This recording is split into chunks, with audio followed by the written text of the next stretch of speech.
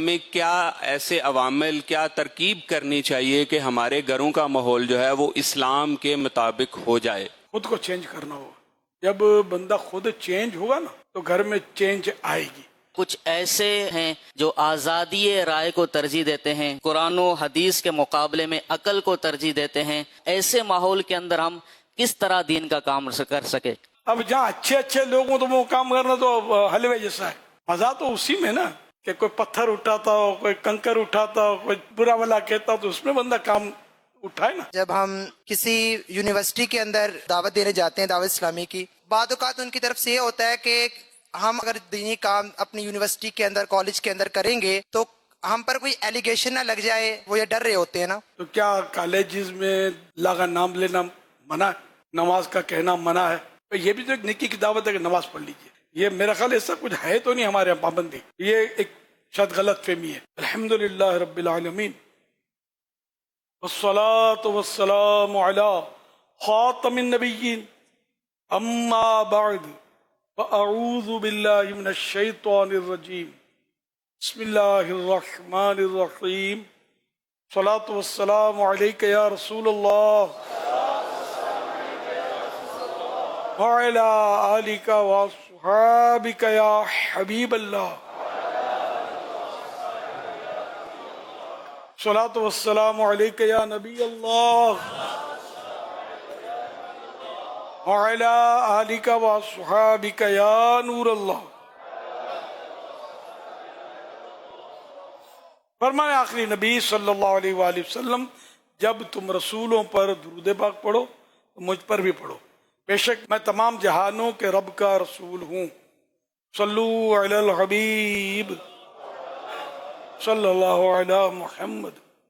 میرا نام ڈاکٹر محمد عرفان ہے. میں National University of Sciences and Technology Islamabad سے ٹیچر اجتماع میں حاضر ہوا ہوں. خوش بختی ہے کہ میں آج آپ سے کلام کر رہا ہوں کہ آج کے پرفتن دور میں بڑا مشکل ہوا بظاہر لگتا ہے، ایک چیلنج ہے کہ ہم اپنے گھروں میں اسلامک ماحول جو ہے اس کو مینٹین کر سکیں.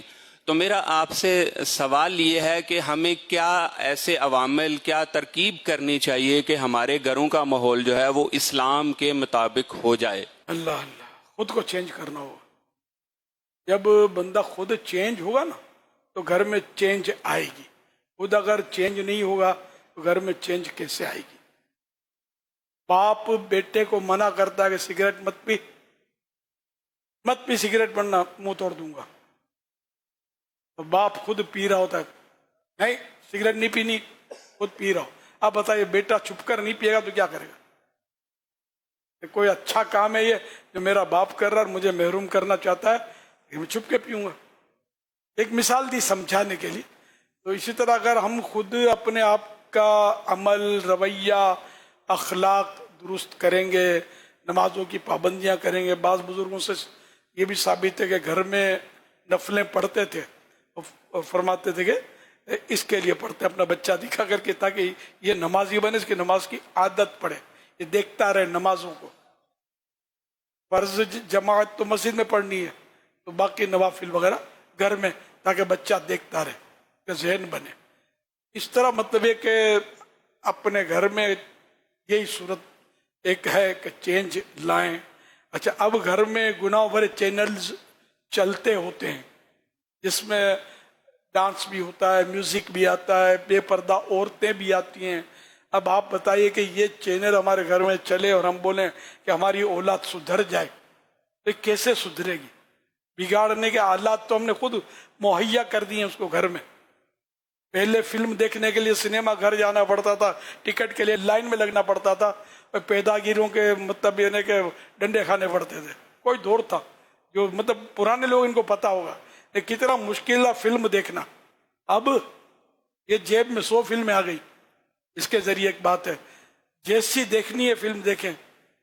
گندی فلمیں دیکھتے ہوئے پھر بھی لوگ شرمائیں، سنیما گھر جا کر کے کوئی دیکھ لے گا تو بولے گا اچھا یہ فلم دیکھنے گیا ہے. اور آج پتہ ہی نہیں چلتا.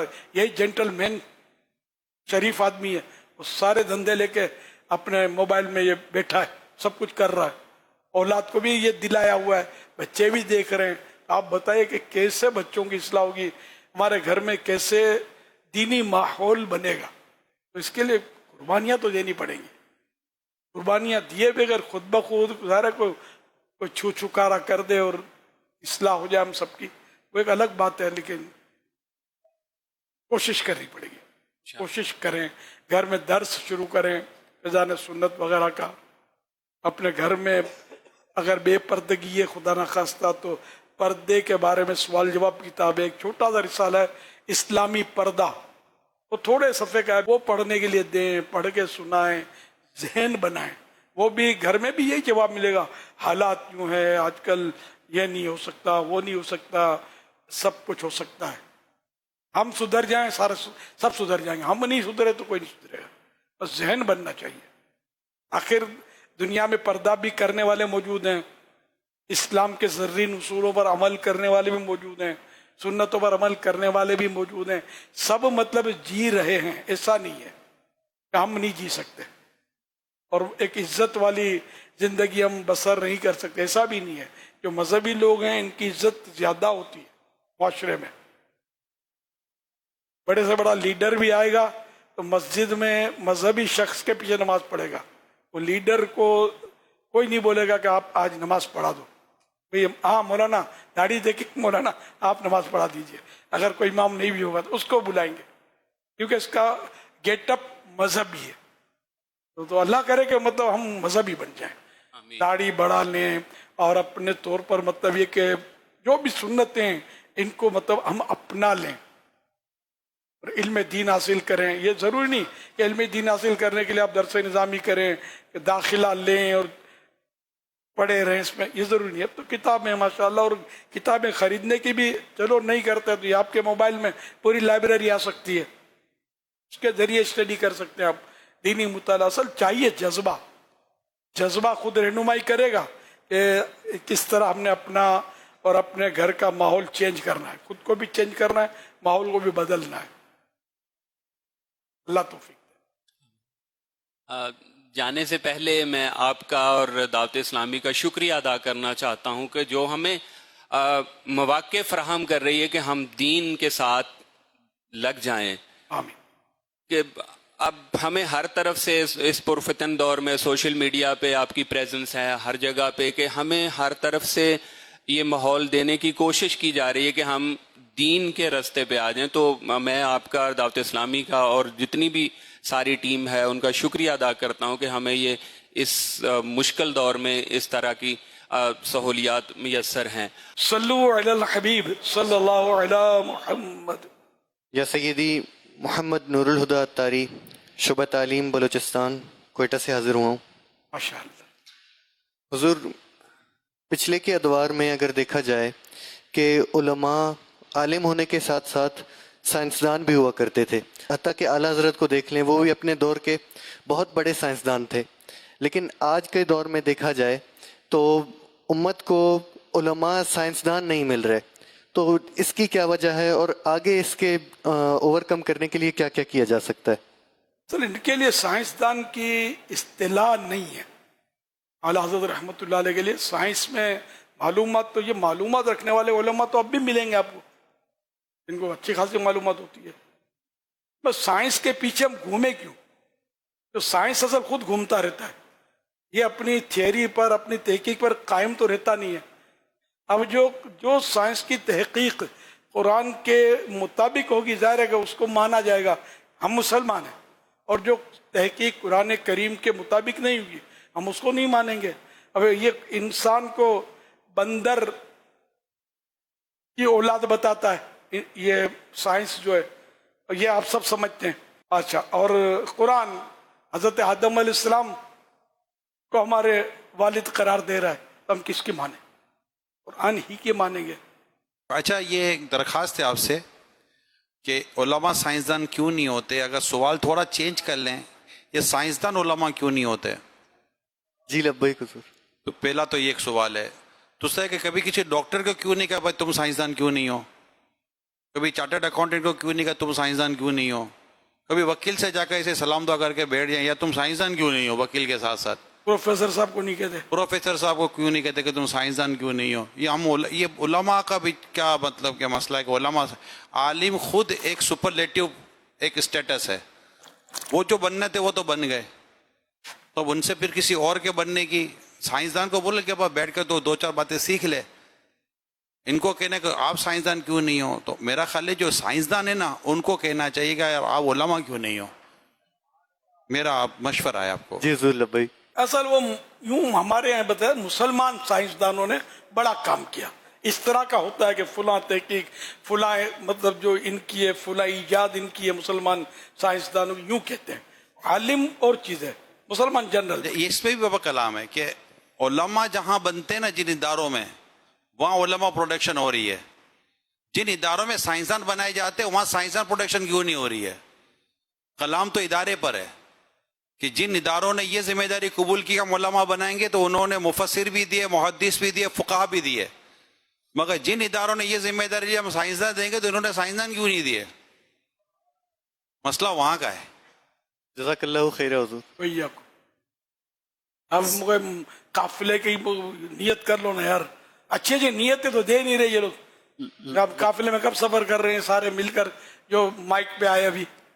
حضور ہم آپ کے اور آپ جو حکم فرمائے حضور, انشاءاللہ الکریم 12 دن کے قافلے کے لیے حاضر ہوں. کب؟ حضور بس یہ پی ایچ ڈی اجتماع تھا, اس کے بعد کی نیت ہے انشاءاللہ الکریم. کوئی ڈیٹ ہو نا.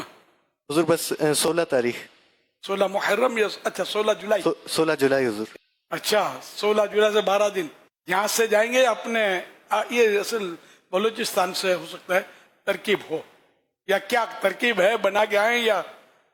جی حضور قافلے کے شرکاء انشاءاللہ الکریم کچھ تیار ہیں. ہے نا, ترکیب ہے پہلے سے. الحمدللہ. یہ اچھی نیت ہوئی یا پہلے سے طے شدہ بات ہے؟ حضور اچھی نیت تو اس میں جیسے آپ حکم فرمائے.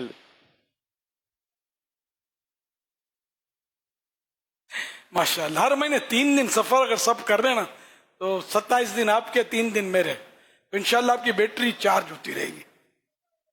بہت سارے وسوسے ختم ہو جائیں گے انشاءاللہ. لبیک حضور انشاءاللہ.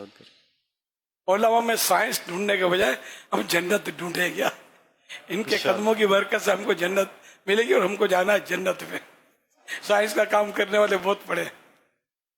سائنسدان کہتا ہے چاند پہ انسان گیا. اب مانتے کہ ہوگا لیکن ایمان لانا ضروری نہیں ہے. شیخ الحدیث تھے مولانا امجد علی صاحب کے صاحبزادے عبد المصطفیٰ ازہری صاحب. ایک بار مشاعرہ تھا دارالعلوم امجدیہ میں, تو اس میں انہوں نے مصر طرح تھا غالباً سر وہی سر جو تیرے قدموں پہ قربان گیا, شاید یہ تھا. اس میں ایک شعر بڑا پیارا کہا تھا انہوں نے. کہتے ہیں سطح پہ چاند کی انسان گیا, عرش اعظم سے ورا طیبہ کا سلطان گیا. اچھا اب کہتے ہیں, سنا ہے کہ انسان چاند پر چلا گیا, مگر یہ کنفرم ہے عرش اعظم سے ورا یعنی اوپر طیبہ کا سلطان گیا.